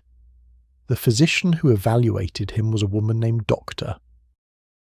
Sarah Chen, board certified in addiction medicine, who had moved from Cincinnati to Dayton in 2015 specifically because the crisis was worse here, and she believed geography should matter in deciding where to work. She reviewed Tyler's history without the expression of judgment or fatigue that institutional processing had trained him to expect. She explained buprenorphine, how it worked, what it would and wouldn't do, what the research said about outcomes. She was direct and specific and treated the appointment like a medical consultation rather than a performance review. Buprenorphine, sold under the brand name Suboxone in its most common formulation, is a partial opioid agonist. It binds to the same receptors as heroin and OxyContin, but activates them only partially, eliminating withdrawal and cravings without producing significant euphoria. It has a ceiling effect. Taking more than a therapeutic dose produces no additional benefit, which makes it difficult to abuse. The research on medication-assisted treatment with buprenorphine is among the most consistent in addiction medicine. It reduces overdose deaths, reduces illicit drug use, reduces criminal activity, improves treatment retention. It works significantly better than abstinence-based treatment alone for opioid use disorder. It had been available since 2002. Tyler was accessing it for the first time in 2017, after 8 years of addiction and 5 treatment attempts that hadn't included it. The first dose hit differently than anything he'd experienced in years. Not a high, not a rush, just the absence of the thing that had been running constantly in the background, the grinding physical need that had structured every hour of every day for so long he'd forgotten what it felt like to not have it. Withdrawal gone, craving suppressed to a manageable level. His body, for the first time in years, was chemically stable without requiring him to do anything catastrophic to maintain that stability. He called Carol that evening from a gas station payphone. His phone had been disconnected for months, and told her it was different this time. She had heard versions of this before, and she listened without either endorsing the claim or deflating it, which was the most honest response available to someone who had learned to hold hope at arm's length, without putting it down entirely. The first month was the most functional Tyler had been since 2012. He attended his Suboxone appointments twice weekly. He went to NA meetings on Tuesday and Thursday evenings at a church on Brown Street, where the group was small enough that people knew each other's names, and the coffee was better than average. He started sleeping regular hours. He started eating regular meals. The colour came back into his face in a way that Carol noticed and didn't comment on, because commenting on it felt like tempting something. A man at the NA meeting named Garrett ran a car wash on Springboro Pike and was looking for part-time help. He had hired people from the meeting before. He made no promises about permanence and asked for nothing except showing up on time and working hard. Tyler started in mid-February. 6-hour shifts, 4 days a week, minimum wage plus tips on the detail work. The job was cold and physical, and involved standing on wet concrete for hours, and smelled permanently of industrial cleaner and car wax. He loved it. Not the work itself. The work was tedious, but what the work represented. A schedule, a reason to be somewhere at a specific time, a task with a clear start and end. Money that came from doing something rather than from doing anything necessary.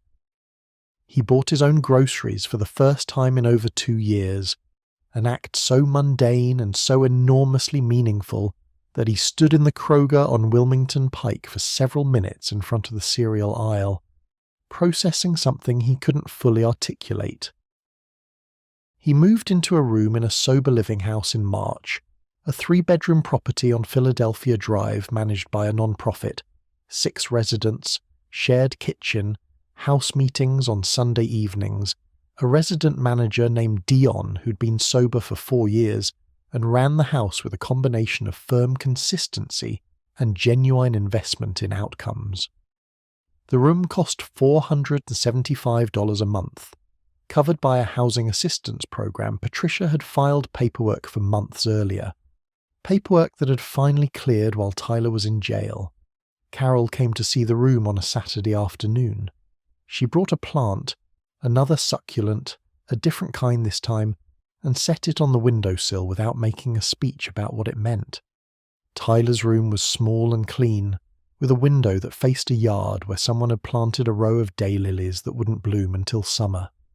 The two of them stood there for a moment looking at the yard, and the silence between them was different from the silences of the last 4 years. Less loaded with dread, more like the ordinary quiet of two people standing in a room together.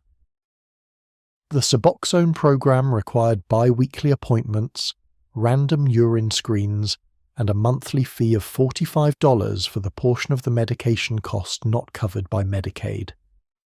Tyler's Medicaid coverage was current. Carol had helped him maintain the enrollment through the jail stays and address changes, navigating the bureaucratic renewal process with the persistence of someone who understood that paperwork was now a front line. The $45 was manageable on his car wash income. For 11 weeks, the machinery held.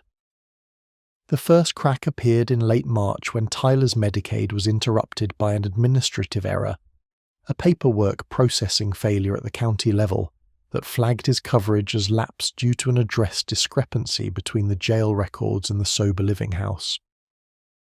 The clinic could not legally dispense buprenorphine to a patient without active insurance, without collecting the full cash cost, $280 for a month's supply. Tyler didn't have $280 available. Dr. Chen's office worked to resolve the insurance issue and provided a shortbridge supply, 4 days of medication, while the paperwork was corrected. The correction took 9 days. There was a 5-day gap, 5 days without buprenorphine, during which the cravings that the medication had been suppressing returned with the full force of 8 years of neurological conditioning. Tyler attended NA meetings every day during those 5 days. He called Garrett. He called Dion. He sat on the edge of his bed in the room on Philadelphia Drive at 11 p.m. on the 4th day and held his phone for 40 minutes, the dealer's number not in his contacts but memorized. Numbers like that don't get forgotten, and did not call it. The insurance was restored on the 9th day. Dr. Chen restarted his prescription. Tyler had made it through the gap. He told almost no one about the 5 days. He told Dion, because Dion needed to know, and he told his NA sponsor in the partial, guarded way of someone who understood the importance of disclosure but wasn't ready to fully examine how close it had been.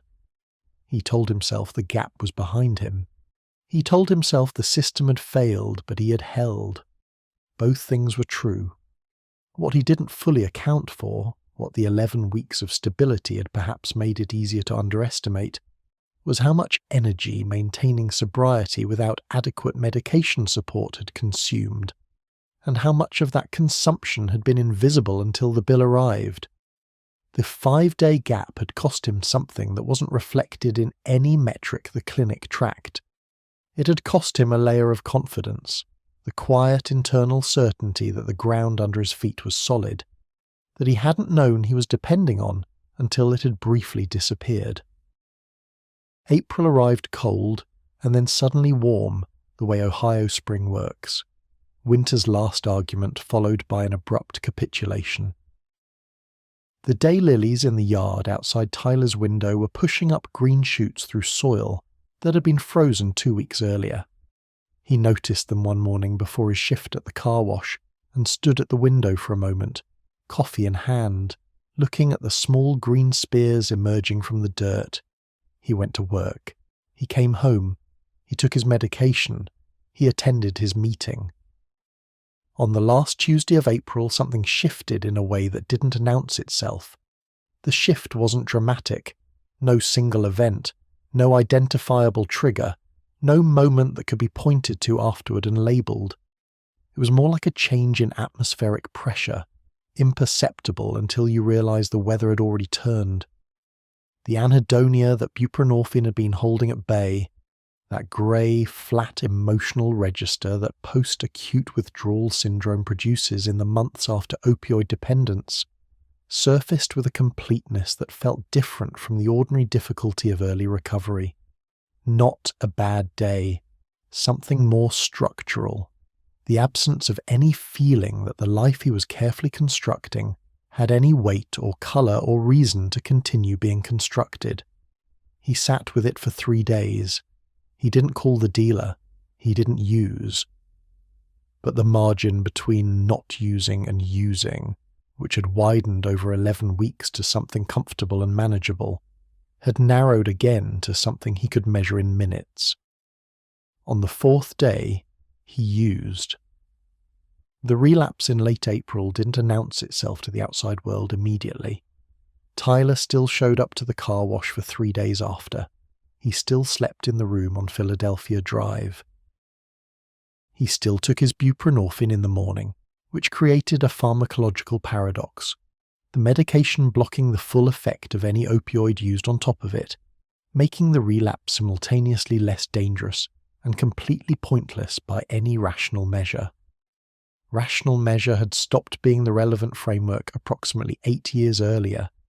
Dion noticed on the 5th day, not because of anything Tyler said or did explicitly, but because Dion had been watching people in early recovery for 4 years and had developed a sensitivity to the specific quality of someone who was using while performing sobriety, a slightly off quality to the eye contact, a micro delay in responses, the body present while something essential had vacated. He didn't confront Tyler directly. He mentioned the Sunday house meeting, mentioned the NA meeting on Thursday, left the door open in the way of someone who understands that cornering a person rarely produces the outcome you want. Tyler stopped going to the car wash on May 3rd. He called Garrett and said he was sick, which was technically accurate in every direction simultaneously. He stopped attending NA meetings.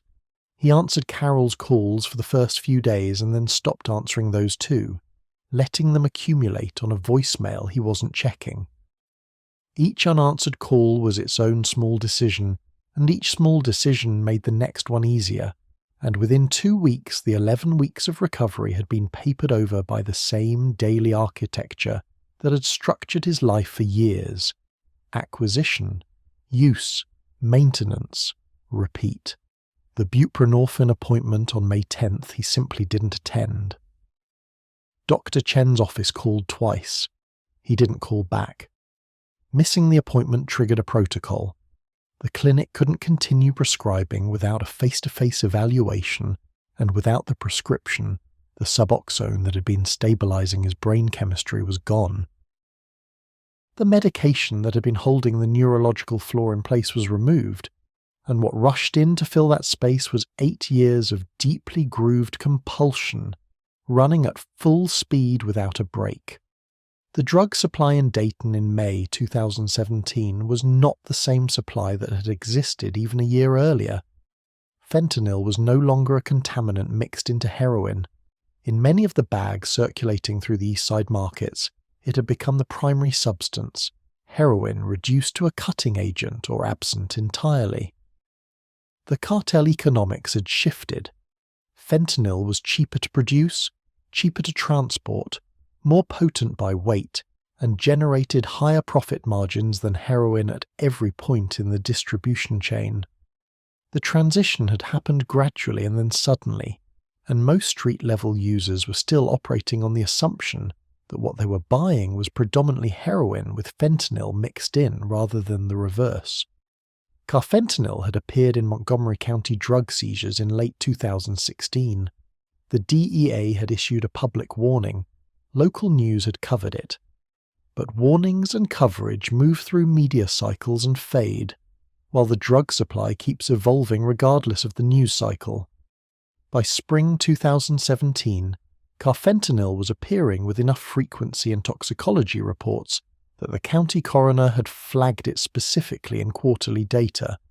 It required multiple doses of naloxone to reverse, standard Narcan doses that had reliably brought people back from fentanyl overdoses were sometimes insufficient against carfentanil. Paramedics had begun carrying additional doses. Not every bystander with a Narcan kit had additional doses. Tyler's dealer from the previous year had been arrested in February. The network he'd used for 3 years had fragmented under law enforcement pressure, and the replacement sources he'd found in April and early May were less familiar, their product less predictable. This was a common pattern in 2017 Dayton. Law enforcement disruption of established supply chains paradoxically increased risk by forcing users toward unfamiliar dealers whose product quality and composition were unknown. A dealer you've bought from 50 times has a track record. A new contact is a variable. He scored on a Tuesday evening, May 16th. The transaction happened in a parking lot on the east side, a brief exchange through a car window that took less time than ordering a coffee. The bag looked like every bag he'd bought for 5 years. Small, glassine, white powder, no distinguishing features. He drove to a spot he'd used before, a parking lot behind a Dollar General on Philadelphia Avenue, 3 blocks from the sober living house he'd effectively stopped living in. He used in the car. The dose was what he'd been using since the relapse. Not a large amount by his historical standards, but his tolerance had been partially reset by the weeks on buprenorphine, and the drug in the bag was not what his historical standards had been calibrated against. The hit arrived in under 30 seconds. That alone should have registered as wrong. Heroin, even strong heroin, didn't work that fast. What he felt in those seconds was the most intense opioid effect he'd experienced in 8 years of use. A full-body compression that was past pleasure and into something else, something that pressed the air out and kept pressing. His vision narrowed. His hands stopped working. His body listed sideways against the driver's door. His breathing slowed to 4 breaths per minute. The clinical threshold for respiratory depression requiring intervention is typically below 12. At 4, the blood oxygen level drops fast. The brain, starved of oxygen, begins shutting down non-essential functions in a sequence that ends, if uninterrupted, with the cessation of the functions that aren't non-essential. Tyler was unconscious and slumped against the driver's window at 7:43 p.m. The Dollar General parking lot had moderate foot traffic at that hour. People stopping for household items on the way home, a woman with 2 children loading bags into a minivan, an elderly man returning a cart. The Civic was parked at the far edge of the lot, away from the store entrance, in a spot that could be overlooked if you weren't specifically looking. A 19-year-old named Jerome was cutting through the parking lot on his way home from a shift at a fast food restaurant 2 blocks away.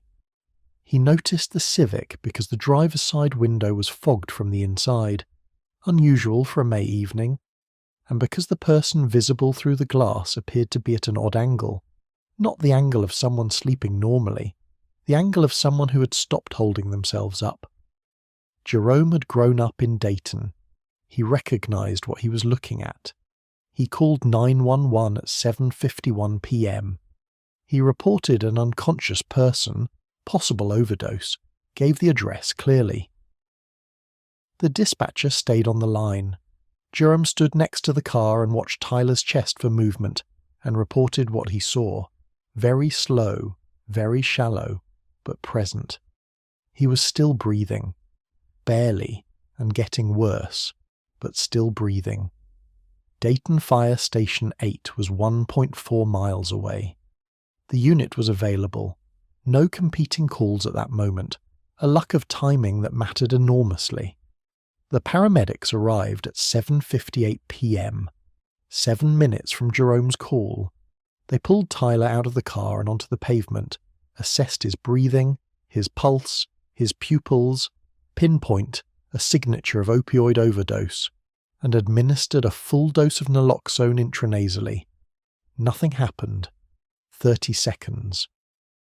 The standard reversal time for naloxone against heroin or standard fentanyl was 30 to 90 seconds.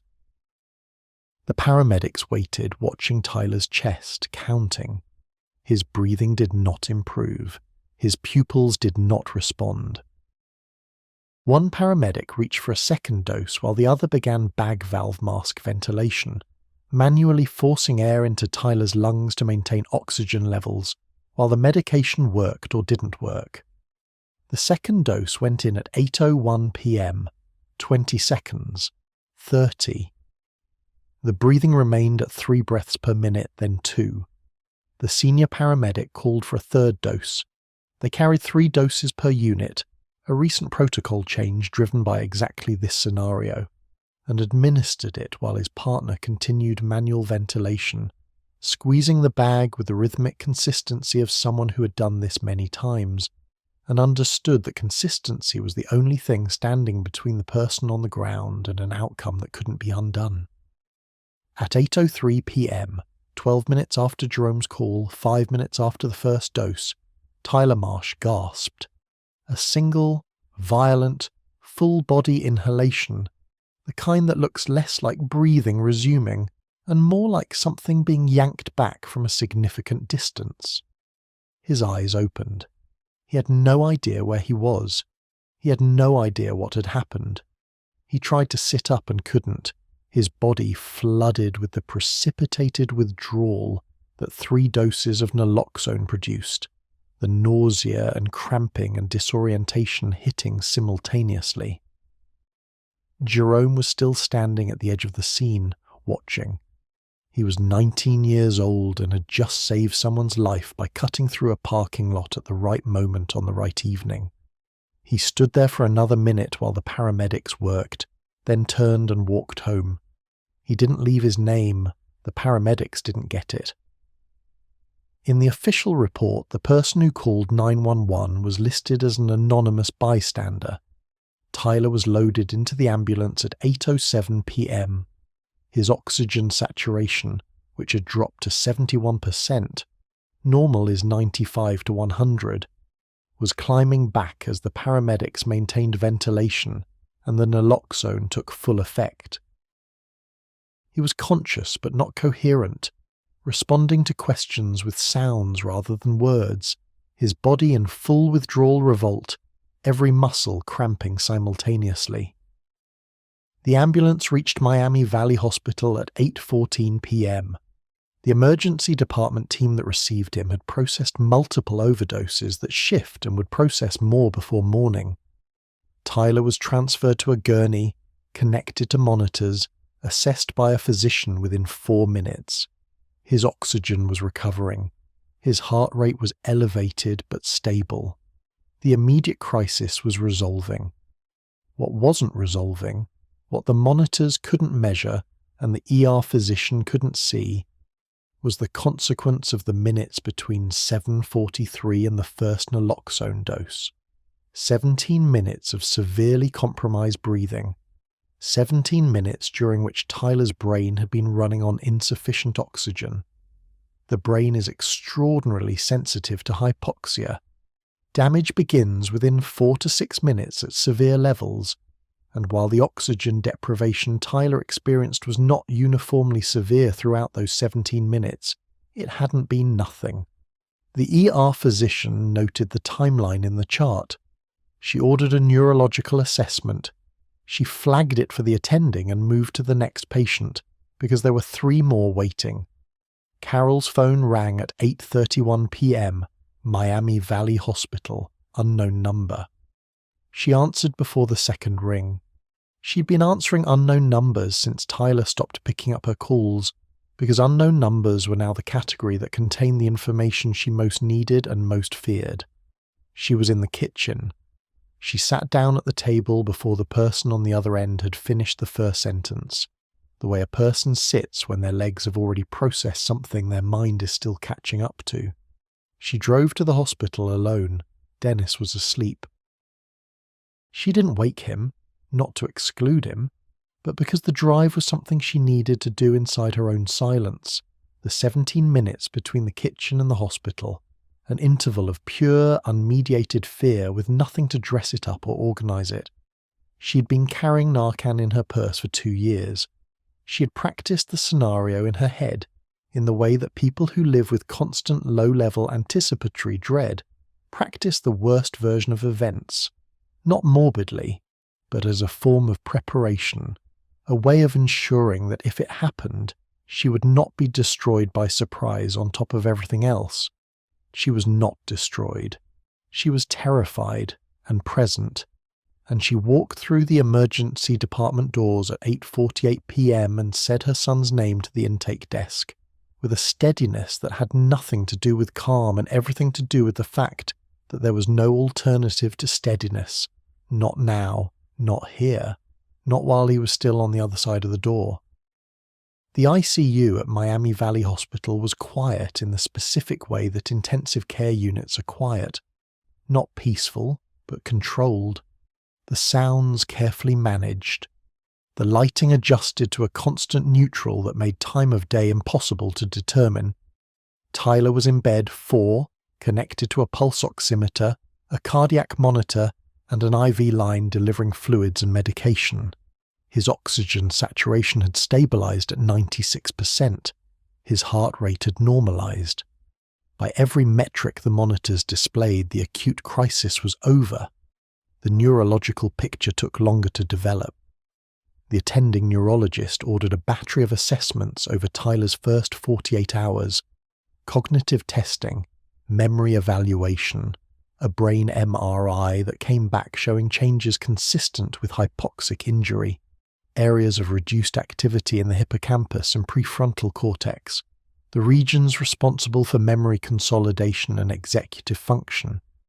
The damage was not catastrophic.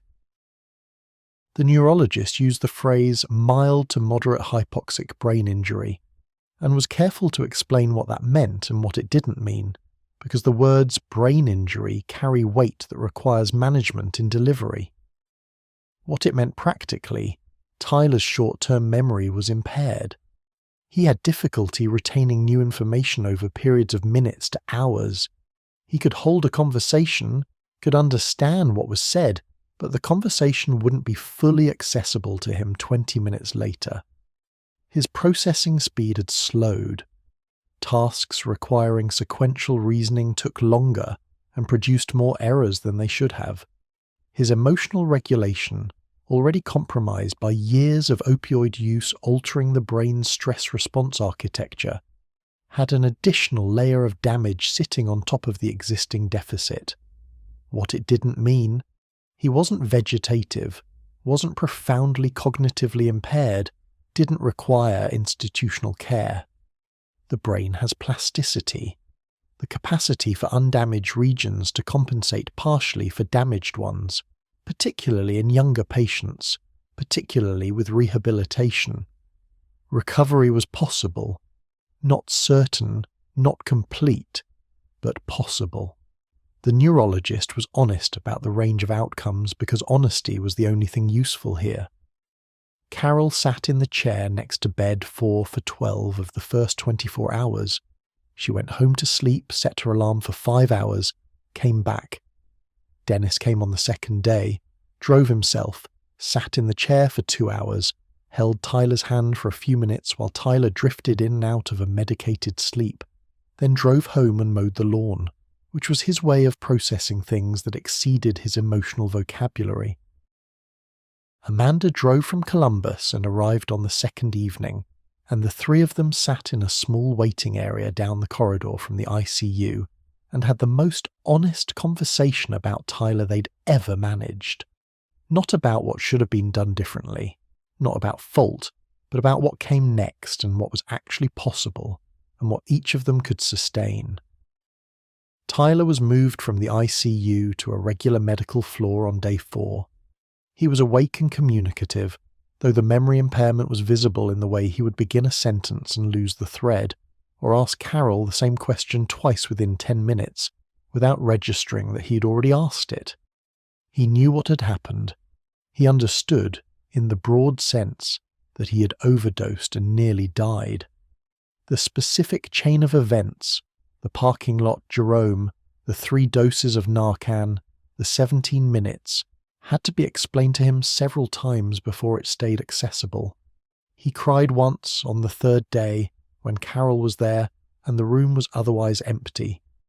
Not dramatically, just a quiet, prolonged dissolving of the composure he'd been maintaining, his face doing something that made him look suddenly like the boy he'd been before all of it, the kid who played baseball and had a father who coached third base. Carol held his hand and said nothing, because nothing needed to be said, because the crying was not a problem requiring a solution, but a human response to a human situation, and it needed only to be witnessed. The hospital social worker was a young man named Daniel, who had taken the job 18 months earlier, and was still in the phase of his career where individual cases retained their full weight. He met with Tyler on day 3 and with Carol on day 4, and he navigated the discharge planning with a thoroughness that reflected both professional training and personal investment. He identified a long-term residential treatment facility in Springfield, 30 miles northeast of Dayton, a 90-day program with a specialized track for patients with co-occurring medical issues, including acquired cognitive impairment. The facility had an opening. The Medicaid coverage, intact this time and carefully verified before any discharge paperwork was signed, would cover it. Tyler agreed to go. This agreement was different from the previous agreements to enter treatment, not because his conviction was stronger or his desire more pure, but because the options available to his damaged short-term memory and compromised executive function had narrowed. The part of his brain that had historically generated persuasive arguments against treatment, that had assembled the case for using with such reliable efficiency, was running slower and producing weaker output. The injury that had taken something from him had also, in this specific narrow way, reduced the volume of the thing that had been working against him. That's not a silver lining, it's just what happened. He was transferred to the Springfield facility by medical transport on May 23rd, 1 week after the parking lot. Carol followed in her car. She helped him carry the single bag of belongings, clothes she'd brought from the house on Grange Avenue, toiletries, the small succulent from his room at the sober living house, which Dion had sent along with a handwritten note that said simply, "Keep going."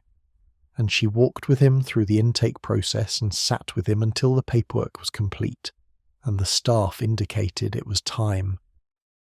She drove home alone, the 30 miles back to Dayton, and the drive had a different quality than the drive to the hospital 8 days earlier. Not resolved. Nothing was resolved. But the acute terror had been replaced by something more sustainable, a long, low-grade endurance that was less dramatic than fear and harder to live inside. She had been doing this for 4 years. She would keep doing it for as long as it required doing. Now is the moment to step back from Tyler's story and look at the size of the thing it lived inside. In 2017, the United States recorded 70,237 drug overdose deaths.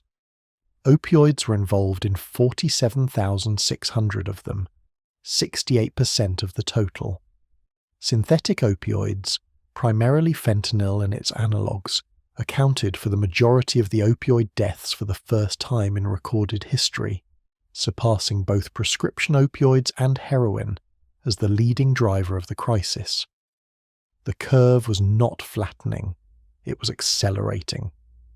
Montgomery County, Ohio, Tyler's County, Dayton's County, ended 2017 with 566 overdose deaths. In a single county of 500,000 people, 566 people did not survive. That number made it one of the highest per capita overdose rates in the entire country. The coroner's office hired additional staff. The funeral homes ran out of space. A local cemetery reported having to turn away families. The pipeline that had produced this outcome ran from a decision made in boardrooms at Purdue Pharma in the 1990s, through pill mills and corrupt physicians and DEA distribution quotas and Chinese synthesis labs and Mexican cartel logistics networks, and broken interstate highways and Dayton streets, and a parking lot behind a Dollar General, a chain of decisions and market forces and regulatory failures and human choices spanning 30 years and thousands of miles, terminating in a glassine bag that cost $10 and 17 minutes of insufficient oxygen. The pharmaceutical executives who had initiated the pipeline were, by 2017, engaged in litigation that would eventually result in Purdue Pharma pleading guilty to federal criminal charges, the Sackler family paying billions in settlements, and the company dissolving. The money would be distributed to states and localities for treatment and prevention. It was the appropriate legal outcome. It did not bring back the 500,000 people who had died. It did not repair Tyler Marsh's hippocampus. Justice, in this context, was a category that existed but arrived late and could only address what was measurable in dollars. The 28-day treatment model that had failed Tyler repeatedly was still the dominant model in American addiction treatment in 2017. Medication-assisted treatment, the Suboxone program that had come closest to working, was still being resisted by significant portions of the treatment community on ideological grounds, some programs explicitly refusing to accept patients on buprenorphine or methadone. The stigma around MAT operated on the logic that replacing one opioid with another wasn't real recovery, a position the medical evidence did not support, but that persisted with the tenacity of beliefs that are rooted in moral framework rather than data. The criminal justice system that had cycled Tyler through 3 arrests and 2 jails without providing a single day of medication-assisted treatment was operating largely the same way in 2017 as it had in 2014. Drug court remained the best available intervention within the legal system and reached a fraction of the people who needed it. Mandatory minimums still pushed addicts into prisons with no treatment programming. The jail that had released Tyler with a phone number and a pamphlet was still releasing people with phone numbers and pamphlets. Jerome, the 19-year-old who had called 911 from the Dollar General parking lot, went back to work the next day. He never knew Tyler's name. He never knew whether the person he'd called in had survived. He had grown up in a neighborhood where overdoses were a regular enough occurrence that his response had been automatic. Recognize, call, wait, report. That automatic response, that accumulated community knowledge of what to do and how fast to do it, was itself a product of the epidemic, the terrible fluency that comes from proximity to repeated catastrophe.